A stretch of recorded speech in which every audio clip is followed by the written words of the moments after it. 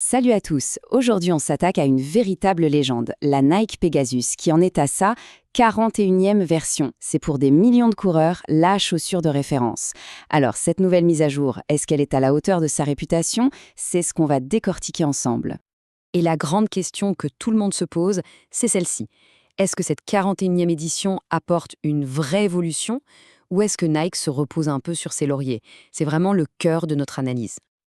Alors, avant de plonger dans la technique, il faut se rappeler ce que la Pegasus représente. Ce n'est pas juste une chaussure, c'est une institution. Elle a accompagné des générations de coureurs, c'est la valeur sûre. Du coup, chaque nouvelle sortie est un petit événement dans le monde du running. Son secret, c'est cet équilibre presque parfait entre le confort, la performance et surtout la durabilité. C'est pour ça qu'elle plaît à tout le monde, que l'on soit débutant ou coureur confirmé. C'est vraiment la chaussure à tout faire, celle sur laquelle on peut compter. Allez, passons maintenant à ce que Nike nous annonce. Sur le papier, la marque promet des choses très intéressantes. Voyons un peu ce que cette chaussure a dans le ventre, du moins d'après sa fiche technique. Bon, les chiffres, ça donne quoi? Pour le modèle homme, on est à 297 grammes. Le drop, c'est-à-dire la pente de la chaussure, est de 10 mm, ce qui est très classique et confortable. Mais le vrai point central, la nouveauté, c'est cette amorti, avec une toute nouvelle mousse, la Reactex, qui court sur toute la longueur de la semelle. Et voilà le chiffre marketing, 13%. C'est le retour d'énergie supplémentaire que Nike promet par rapport à l'ancienne mousse. C'est une promesse énorme. Et pour y arriver, il combine cette fameuse mousse Reactex avec les unités AirZoom. Donc, si on résume la promesse, on nous vend quoi? Une foulée douce et dynamique, un rebond accentué par les bulles d'AirZoom, un confort parfait avec l'empenne en Flyknit et une durabilité à toute épreuve. Bref, sur le papier, c'est le package idéal. Maintenant, le plus important. Comment tout ça se traduit dans la vraie vie? On quitte le marketing, on enfile les chaussures et on va voir ce qu'elles donnent vraiment sur le bitume en se basant sur les sensations d'un testeur expérimenté. Et c'est là que les choses se compliquent un peu. Selon l'expert, le plus frustrant avec Nike, c'est leur incohérence. Cette citation le dit parfaitement. On peut adorer une version et la suivante, c'est une toute autre histoire. On ne sait jamais sur quel pied danser. Et le contraste est assez saisissant.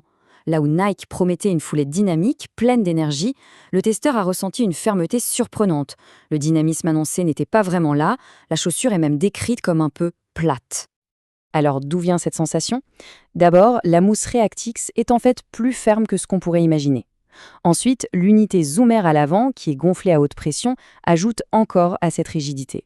Résultat, c'est une super chaussure pour les footings quotidiens, mais elle montre ses limites sur les longues distances ou quand on veut accélérer. Mais attention, tout n'est pas à jeter, loin de là. S'il y a bien un domaine où la Pegasus 41 excelle, c'est sa semelle extérieure.